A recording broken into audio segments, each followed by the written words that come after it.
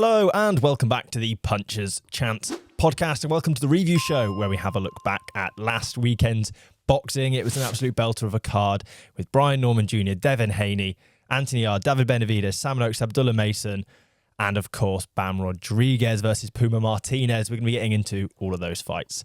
So if you haven't already, subscribe and straight into the action. Now for this one, I feel reticent talking about the main event because it was probably the least interesting fight of the night. What I'd like to start with, I think, is Devin Haney, Brian Norman Jr., because I think that was the fight that was the 50-50. People were talking about Devin Haney. What is he? Who is he? Last week, obviously, I did my Conor Benn apology after that one. And this week, I'd like to apologise to absolutely nobody because I said that Devin Haney's run is generational, and I stand by that. He's done so well. It was a good performance. That shot in the second round to drop him, really good. But again, it just left me wanting a little bit more from Devin Haney. Like with that second, he had him really hurt in that second round. And I thought, right, this is where he can apply the pressure now, get him out of there, and that's a real statement for people who have said that he's boring or whatever else. Anyone that doesn't think that he's very good to watch, that could have been the statement to go, I've come up against an undefeated fighter, with many people thinking it was a 50-50 or near enough 50-50 fight. I was going to struggle with his power, and I'm the one that's gone in and stopped him within 2 rounds. But it just went back to that. I know he's a defensive first fighter, but I just felt like he could have, if he pushed the pace, I really feel like he could have got that stoppage. Yeah, maybe. I don't think, though, I don't actually think he hurt him quite as much as it seemed like he did. I think he just kind of cracked him, dropped him, but I don't know if he hurt him. He did let his hands go quite considerably in the sort of 30 seconds to a minute afterwards, and then realised that stoppage wasn't necessarily going to come, and so he kind of reverted to the mean. And I mean, he won in the end. So, you know, the ends justifies the means. You've won. You're a 3-weight world champion, and you've beaten one of the biggest punchers in your division without really looking at risk at any point in the fight. It's quite impressive. Who was the favourite going into it? Because I feel like a lot of people had Brian Norman Jr. winning. And especially after that round 2 that Ben touched on, you were thinking, oh, well, hang on a minute, this is a positive start by Haney here. But again, he seemed to go back to his old sort of form of, I don't want to use the word boring, but it was a little bit like that. You know, Conor Benn was ringside with Eddie Hearn, and I'm so interested to know what really happened between Devin Haney and Eddie Hearn, because he used to be his promoter and all, and now they just seem to be on 2 completely different paths. But for me, I put it as a draw because I couldn't split him last week. Haney, you look at American boxing, Haney has to be up there and making the argument that he could possibly be, he could be the face of American boxing. He could be that man that everyone's going, who's the number 1 pound for pound in America at the moment? Yeah, I think he's especially definitely after Saturday night as well. He's definitely way up there as one of the absolute best.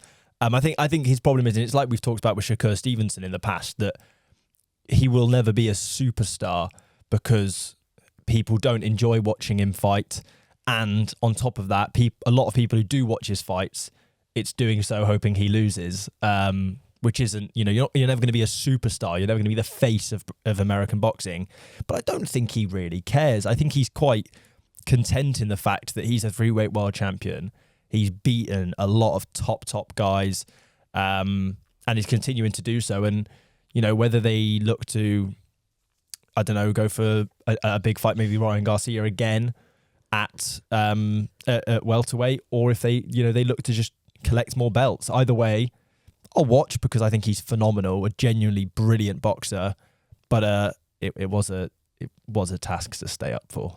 I think the best next move for Devin Haney would be to come over to the UK and fight Conor Benn.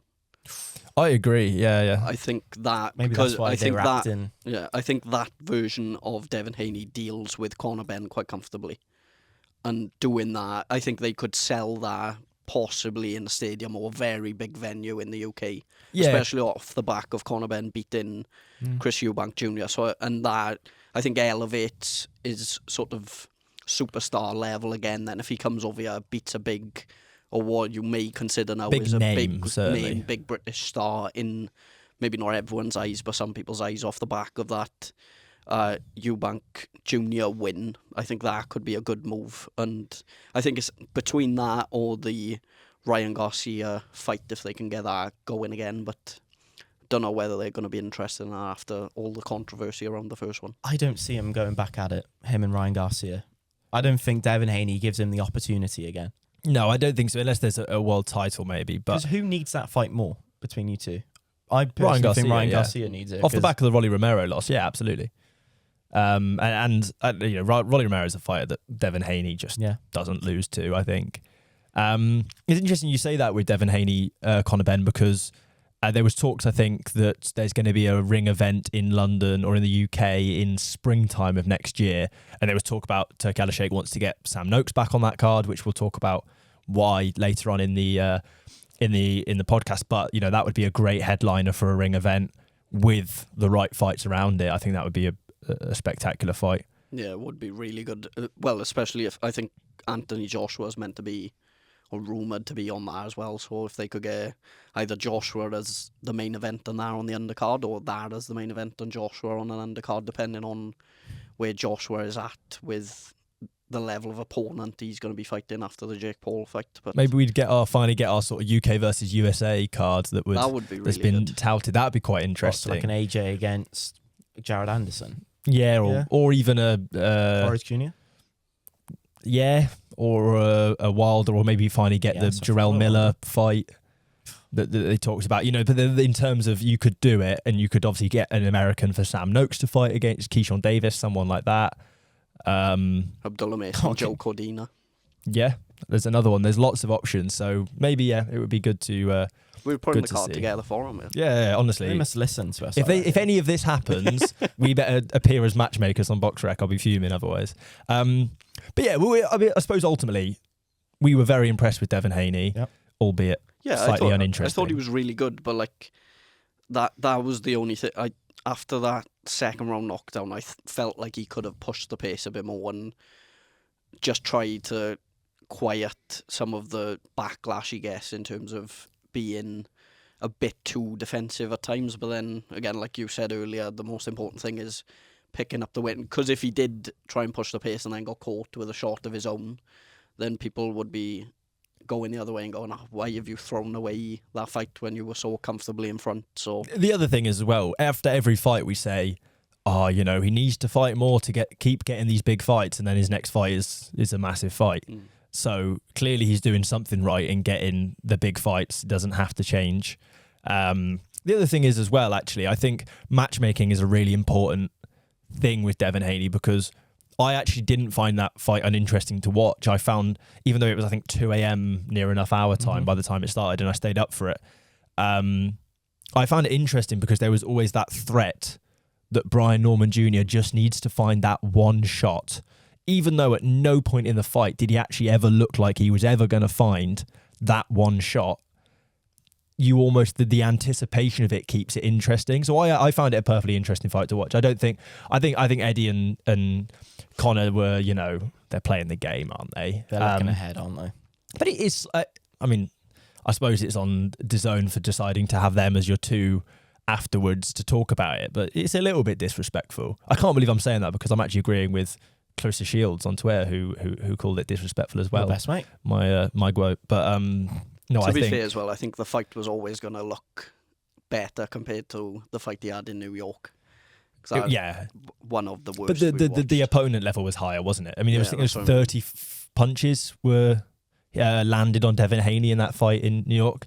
I mean, that is phenomenal defense, but it's not great viewing. It's not great viewing. Yeah. So I thought Brian Norman Jr. looked okay, but just a cut below Devin Haney. It just shows the levels when you're that high, when you're in those world title fights. As good as someone looks when they come up against someone like that, you really tell the difference in boxing. Yeah, absolutely. On to the main event. David Benavidez quite comfortably dispatched of Anthony Yarde. Past him. Looked really good in doing so. I mean, he is style-wise, just an absolute nightmare. The volume of punches, the length, the size, the tank, he put it in pretty well for those 7-8 rounds it was on, and got the stoppage eventually, which I think was a good stoppage. But what do we make of it? Yeah, really good performance. That sort of consistent level of pressure. I don't think there's many fighters in the world that could deal with that, and he just looks so good. I think fight by fight now, he's growing into that weight. He was big anyway for super middleweight, but he seems to be growing even more now into this new weight class. And, he done a better job on Anthony Yarde than someone like Beterbiev done, really. And Kovalev. Yeah, you haven't seen Anthony Yarde has stepped up and faced some really tough opponents, and you haven't seen him dealt with as sort of easily as he was on the weekend. So it was a really, really impressive win, I thought. It's just that consistent outpouring of shots. He just doesn't give you any time to breathe. And I think it would take a very, very special fighter to have any chance of beating him or coming close to beating him, I think. As soon as Anthony Yarde started fighting David Benavidez' sort of fight, coming forward, going on the front foot a little bit more, it was like that 6th round, Anthony Yarde landed the best shot of the fight, of his fight. Massive right hand or left hand it was, I can't remember what. But then all of a sudden there was a switch of mindset from Benavidez going, okay then, come on, let's have it, invite you in for more. And then that seemed to be the beginning of the end for Yarde, because from there on out, he was just... See, I disagree to a point. I think the beginning of the end was probably the first 5 seconds of round 1. I think from what I remember of it, Benavidez gave him a beat down from round 1, and he found intermittent shots throughout Anthony Yarde, but never did. But from round 6, it was like, yeah, this isn't going the distance now. Whereas I think from round 1 to 5, it was a bit like, okay, Benavidez probably isn't liking the way Anthony Yarde's fighting here. But when Anthony Yarde, like I said, came in and came forward, because there's been a lot of question marks around the corner work, which you brought up. I didn't hear it because I caught up in the morning because I fell off to sleep and I was skipping between rounds, that I felt like Anthony Yarde was told, but I don't know, was told to just, come on, let's try and win a round here at least. Yeah, no. So as soon as he did that, it was like Benavidez was like, they basically said, you can't let David Benavidez land 12, 14 punches without throwing at least one back yourself. And it seemed like the game plan from Anthony Yarde was to absorb the worst of what David Benavidez had to offer and find a big shot amongst that work, punch in between the flurries. And if you can find that right shot, then that changes the pace of the fight, and then you can kind of come on to him at that point, which never came. And for me, I felt it was inevitable, that stoppage. It was a matter of when, not if. I think the problem is, I said it last week, Anthony Yarde lets far too much through the guard. He lets far too many shots through, regardless of what level of fighter he's fighting at. And when you let that volume of punches through from David Benavidez, it's only a matter of time before you're going to get dropped in the way he was. And funnily enough, it actually at the point of the stoppage, it was an 8-8 round because of the 2 points deduction for hitting him when he was down. But it really didn't matter. To be honest, I give Yarde some props as well, because I thought he looked better than he looked against Kovalev. But obviously that's probably experience. But he had Kovalev. Well, he had Kovalev in one of the rounds over in Russia, but which he didn't at any point to David Benavidez. No, but what I mean is that he's had that experience. Sorry, I reframe that. He looked inexperienced then. Yes. When you're thinking this guy's fought Kovalev, Beterbiev, and looked semi-decent against both of them, landed great shots against both of them, and then against Benavidez, where was it? It seemed to be like, why has he been given this opportunity? I think he has earned the opportunity but I just think he... But does that go back to your point earlier about levels in boxing? Absolutely, it is. It's Anthony Yarde is a periphery world level fighter, and I mean that in the most respectful way possible, because that is a phenomenal level to be at. But David Benavidez is, and I stand by this, one of the most avoided fighters in world boxing, I think. And to go on to sort of that sort of point, it looks like next is May time fighting Zurdo Ramirez in Las Vegas, as they announced in the ring, so up at cruiserweight. against Zurdo Ramirez, rather than looking to make a fight with the likes of Bivol or Beterbiev. He must know something going on there between them two. That he's Zurdo, obviously, Zurdo not fighting with Jai Opetaia, which is a fight that a lot of people have wanted. Where do we stand on that fight? I mean, it's both fighters are actually natural middleweights, so it's not a huge jump necessarily, but it's a difficult fight that for both men. Yeah, it's a really interesting one, and I suppose the issue around Beterbiev and Bivol is the fact that they are still waiting, by the looks of it, to get a trilogy together between them two, whether that's going to come to fruition or not. We haven't really heard much about it since the second was meant fight. to be on this card, though, wasn't he? And he's injured. So. He was, yeah. And Bivol's meant to be injured. Am I right? Yes. So who do you think would be the tougher opponent for Benavidez between Artur Beterbiev and Dmitry Bivol? Bivol, every day of the week. I think it would be Bivol, personally. I think he could do a good job with Beterbiev because they're both very similar, but the age difference and the fact he's younger will give him the edge, I think, there. But Bivol, I think, has got the footwork and the capabilities to stay out of range enough to cause him problems. Well, we've seen it against Beterbiev. I thought Bivol won the first fight, and he definitely won the second fight. And so, from that point of view, you would say if a constant pressure, good chin, powerful punching light heavyweight comes at Dmitry Bivol, he does have the minerals to break that down and find the punches. So, albeit they're different fighters, Beterbiev and Benavidez, I think absolutely. I think that would be a phenomenal fight. I think Bivol might still win it. I think that might be the undoing of Benavidez, because I think the quality jump up is vast. But both would be good fights. But I can see why the Zurdo Ramirez fight's interesting. Do you think the Zurdo fight is easier than those two? Because Zurdo will stand in front of him and give him more of an opportunity to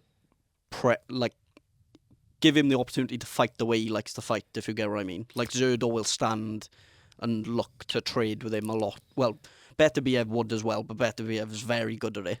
And Bivol is completely the opposite, where Zurdo sort of sits in that middle, where I think it would be more comfortable for Benavidez. I do agree, but then equally, you've got the fact that Zurdo Ramirez is fighting at 200 pounds, not 175. It's the biggest jump in weight in any boxing division.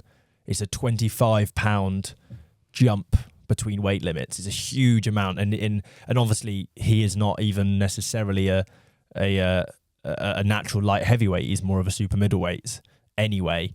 So I think that Zurdo Ramirez fight is a phenomenally difficult fight for David Benavidez, albeit style-wise, I think, like you say, it might suit him better. Zurdo Ramirez made Chris Billum-Smith look small, made Chris Billum-Smith look weak.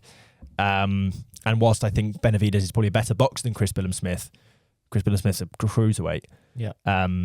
It's a great fight. It's an intriguing fight, and it's obviously weekend of Cinco de Mayo, two Mexican fighters fighting. Hugely exciting fight, but really difficult night for Benavidez, I think. If you had to call a prediction now, what would you go with? I'd have to go for Zurdo. I think I would, yeah. Albeit I think Benavidez is a better boxer. I just think the size, I think he'd be more likely to wear him down. I think, Benavidez, because he's a better boxer. I think I'd go Benavidez. Because I feel like Zurdo, like you said, he would fight Benavidez's fight, and he'll know how to handle it. But as a it'd be whether he could take as the a power. That's the question. As a small he's not small light heavyweight, but he's not. He's far from trim at light heavyweight. He's not filled out at light heavyweight. I worry about, particularly to the body, what a volume puncher like Zurdo Ramirez could do for you, and whether or not you would be able to continue that output and stop Zurdo Ramirez coming forward. It would probably be a firefight. I mean, it sounds like a brilliant fight. So, do you know from this though, there's a possibility that next year we could have Jai Opetaia, David Benavidez. Which would be unbelievable. See, I think that's an even worse fight style-wise for Benavidez, because I think Opetaia only needs that one shot against some big, scary guys. And will he still be at cruiserweight as well? And I think he could absorb that damage and find that one big shot. What does Opetaya do if he doesn't get the Zurdo fight, though? What else is it for him a cruiserweight? Yeah, there's not much. There really isn't much. Like no one else in that cruiserweight division. Does he make the jump? No one laces his boots. I don't know if he does. I would love him to. I think it would be fun. I don't necessarily think he'd have a phenomenal career at heavyweight, even though I really do rate him. I just think it's a tough jump to make. But I hope he's so fun to watch. Yeah, it really 100%. would be. So, yeah, fingers crossed we get it. Bam Rodriguez. Speaking of fun to watch, I absolutely love Bam Rodriguez. I mean, we've waxed lyrical in the past about the likes of Inoue and just how joyful it is to watch them do what they do. And I think Bam does fall under that category of just he's a master at work, and it's looks so effortless and so relaxed. He is a sensational fighter, and the fact that he makes world level fighter, like how many of his recent fights are world level fighters that he has Sonny, made look. Estrada, Cafu, and Puma Martinez are all absolute world champions. They're not just world title holders; they are world champions. And he's just made it look so easy every time. But the one question I did want to ask for this segment: should he have been given a knockdown against him in that first round because his gloves did touch the canvas when he was hit? Possibly. From what it looks like, I did actually see a slowed down version of it. It doesn't look like a punch lands. He was off. It looks like a sort of Puma's come in and sort of shoved in with his shoulder, which has just knocked him off balance, and he's put his hand down. So I can see why the ref hasn't given it, but I wouldn't have been shocked if it counted as a knockdown. I mean, there was an attempt to throw a punch. It didn't look like it was the fist that made contact. The thing that the referee should have done, though, because his fist touched the floor, where's the wipe of the gloves, which they normally do? Yeah, I suppose it's pretty minimal though. It didn't stop the flow of the fight. It didn't cause any issues. I think for me it was fine.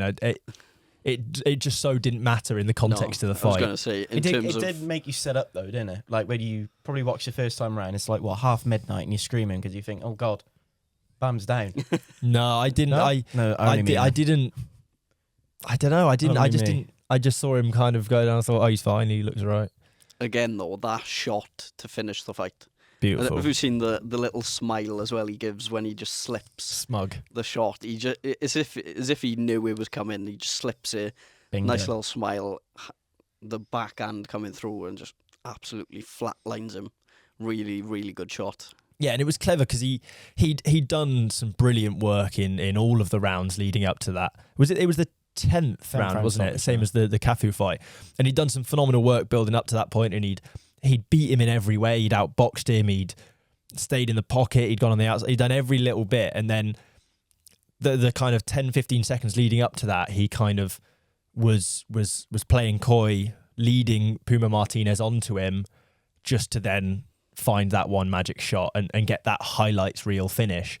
You know, it does feel like he could have probably turned on the sauce and got it earlier, but he got that single shot that looked so lovely. It was good just to be able to watch him for a whole 10 rounds, but he feels like another fighter again that I know we've said it a lot in the past, but probably needs a jump up in weight before he gets tested.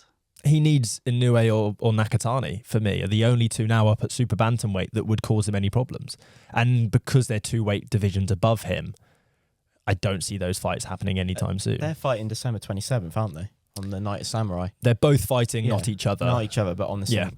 Okay. For me, I think Nakatani? Bam Rodriguez Inoue would be the best fight in world boxing currently by a country mile.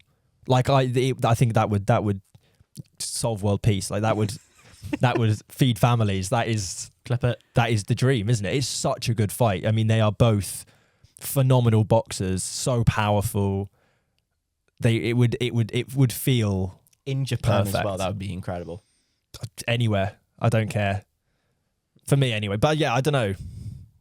For me, that is the best fight in world boxing. I do think with Bam though, there is an argument now of where he sits in the pound for pound rankings, because a lot of people have got him quite high up that rankings list. Yes, as do I. I'd say probably in the top 5. Yeah, easy, definitely in the top 5. I'd say. I can't think of. Well, we know the 3. We know the top 3.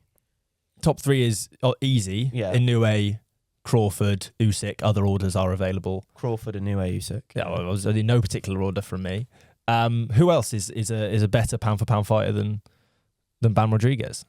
Who else has beaten that many world champions? Who else is that dominant? I think the only struggle for Rodriguez is the fact that because he makes it look so easy, that people might look at his opponents and think that but it's also a lower weight class where people are less. Yes, the opponents are less well known, albeit no less. There's less of a pool of fighters at that level as well. Yeah, but classes. Ben said earlier that he made a very good fighter look very average. If that was the first time you were boxing Martinez on Saturday night, you would have gone, why have you put him in against Bam Rodriguez? He's come off 2 incredible fights over in Japan, and Bam just made it a walk in the park. He was so clinical. So he made it look easy. And when you make boxing look so easy, there's nothing better. And that's it looks effortless. When you look at the pound for pound list, he has to be number 4. I think so. I would agree. I tend to agree. I think him and... That's the first time he's agreed with him me, and so maybe Shakur Stevenson would be the two. It's difficult, I think, once you get past those first 3. I think those first 3 are pretty much set, but the rest of them move, depending on how recently they've fought. Like, I'd be looking at Benavidez after Saturday and thinking he's quite high up there as well. Yeah. I know he probably hasn't fought the level of opponent, but I think he will, over the next 18 months to 2 years, add more names to that resume that really push him in the conversation. Yeah, and he's undoubtedly... Especially if he goes up to cruiserweight and beats Zurdo as well. Yeah, that's a statement. That makes him number 1. That's a real statement to do it, that's a third weight class. Yeah. And that third weight class being cruiserweight, which, like I said, is such a vast jump. It's even bigger than that heavyweight jump where no heavyweight really comes in any less than 220 pounds. That 25 pounds is still more than that. So, yeah, lots of interesting stuff. I'm looking forward, actually, now we've kind of talked about end of year when we can do an official, like, pound for pound, top 10, as we look ahead to the year. But 2 fighters that gave us just a brilliant fight, really well matched. Abdullah Mason and Sam Noakes, absolutely best fight of the night. And both guys leave that fight probably with a better stock than they went into it, even though obviously Sam Noakes lost. What do we make of that for whole fight as a whole? Incredible. Really good. Like you said, I don't think the stock of both fighters have gone up really. It showed at 21 years of age for Abdullah Mason to go in and fight the way he did. I think he could have made it easier for himself, but he almost enjoys a fight too much. And I think his corner were trying to tell him that. I think for the old 12 rounds, pretty much, I don't know why they kept going over the same sort of information. I think they should have clocked on after a few rounds. He's not listening to us. We may as well go with his game plan. But yeah, at 21 years of age, for some of the performances he's put in, and that on the weekend against someone in Sam Noakes who he's very good. Like we've praised him a lot, but he's a fully grown man in there with proper man strength who's been experienced. He's got power himself, as we've seen. He's gone, what do you have, like a 13 fight knockout streak at one point? Until the Even Mendy fight. But no one stops him. Brilliant between the two of them. They both left everything in there. And it just makes you excited to watch both fighters again. Like Sam Noakes is going to get more opportunities off the back of that. I hope that that's not the last time we see him in a world title fight. Hope he gets another crack at a world title at some point. But Abdullah Mason and Joe Cordina, that's the fight that I want to see now once Joe Cordina picks up a win in, is he Monte Carlo next? Los Angeles. Los December Angeles. 13th, yeah. But Once he gets a win out there, that's the fight. That'd be incredible, wouldn't it? But that fight, I think, 11 o'clock it started for us. So it was perfect timing, really. And for Sam Noakes, he's obviously going to leave that fight disappointed, but he can take so much from that. And it was funny because both men came into that fight. Abdullah Mason was probably the more favourite to win it, but Sam Noakes had the more experience, and it just made it so much more intriguing. And I think for Sam Noakes, the punishment he took, and he just showed, you put it in the chat, he's got some chin. Oh, absolutely. A load of those shots that we have seen from Abdullah Mason against lower level opposition, they get put on their backside quite easily. And Sam Noakes took it. So he deserves a lot of credit because it was his sort of first taste of world level opposition as well. And he can come back. There's no like going, right, let's go back down. I'm not ready for that step up yet. I've done it. I don't really go back down. He can stay at that level now, I think. Yeah. And there's other fights out there. And, you know, the funny thing I thought was Keyshawn Davis must have been watching that fight thinking, oh my God, I have missed out on a massive opportunity. But in the other breath, he's probably thinking, thank God I don't have to fight one of these two. Yeah, because true. it would be a tough fight. Yeah, it was such a perfect fight because I think they both had their moments. They both had their difficult moments. They at one point they were almost looks like they were going, oh, I'll take this round, you have the next one. I'll take this round, you. And I think it was testament to Noakes' resilience that he could go through one of those rounds where he did take an absolute beating and then stick it on Abdullah Mason the next round. And I think the one round in it scorecard 115-113 is absolutely bang on. I think Noakes could expect probably no better than that. Maybe a draw if he was very fortunate. But I say that as a massive fan of Sam's that's probably fair. But I going into it, sorry to interrupt you, going into it, I was kind of, because we've followed Sam's career for a few years now, and it's kind of like, I've always said he's going to fight for a world title, absolutely. But I never quite 100% knew if he was going to be a world champion. I think he'd be unlucky now if he was to retire not being a world champion, because I think he's shown in that fight he absolutely has the minerals to win one. And it depends. 100%. Just need to find the right man opposite him or someone who's not as vastly talented as Abdullah Mason is. Rematch. That's what I'd do. I'd love do a the rematch straight away. Because I think, as well, being purely biased here, Noakes had to deal with a horrible, nasty cut and swelling on that eye, which can't have helped at all. And he knows the power of Abdullah Mason. So I think he could come into but equally then you could argue that Abdullah Mason knows that he can take Noakes' best and he would be more emphatic in his victory next time out, possibly. But I wouldn't, if the Cordina fight doesn't happen, I think that's the next best fight. Cordina and Noakes would make a very good fight. A phenomenal fight. Like, so good. But Noakes, he didn't even just show a really good chin, but some of the body shots he took as well, where you could almost see that he was wincing. And I don't know how many times through that fight he took like a body shot and I thought, oh, is this the moment where he's going to go? And he just sort of sucked it up for those couple of seconds and just threw back. And I was like, how have you got the sort of mental and physical strength left in your body to keep going back after taking some of those shots? But with Abdullah Mason as well, at 21, he would have learned so much from that fight. Absolutely, going forward. That is going to make him a better fighter again. He's already super, super talented, but going through a 12-round war like that at world title level is only going to benefit his career so much. But yeah, best fight of the night for me by far. Yeah, absolutely. The undercard, not particularly, nothing of great interest, I don't think, that happened on the undercard. We all agree unanimously, Sam Noakes, Abdullah Mason, best fight of the card. Yeah, most enjoyable, yeah. Yeah, I mean, Devin Haney, Brian Norman Jr., I think that Devin Haney performance was probably the performance of the night for me.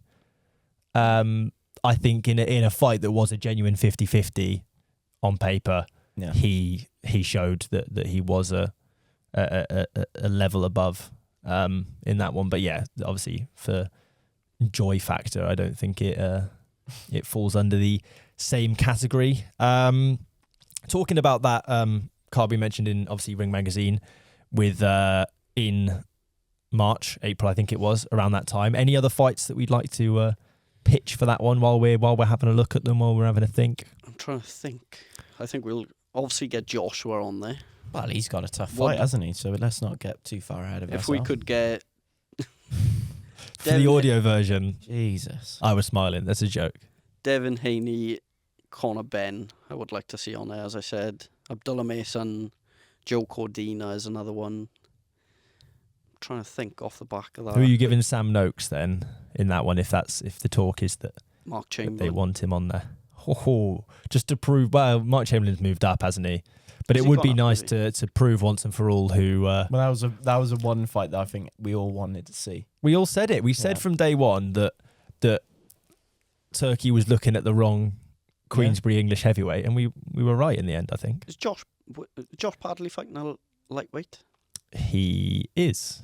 Could do Josh Padley, Sam Noakes. That'd be a great fight. That'd be a really fun fight. Yeah, I can 5v5. I can get behind that. Or does Keyshawn Davis? Is he going up though, Keyshawn Davis? Because he struggled with the weight, didn't he? Yeah, I don't know. I don't know if he genuinely struggled or if he was just Didn't bother to try. He missed it by quite a wide margin, didn't he? I think he didn't. I don't think Yeah, he maybe. tried. Maybe that's why we haven't heard so much from him, because he is making the changes to kind of get up in weight. But yeah, some interesting stuff happening at that one. If you want to join us later on in the week, we'll be talking about Ben Whittaker and his Matchroom debut, as well as Fraser Clark, obviously the first BBC boxer card as well. So stick around for all that good stuff later on in the week. We'll be previewing that, and then lots of good stuff to come later on in the month. Thank you all for tuning in, and we'll see you all later in the week. Punches chance.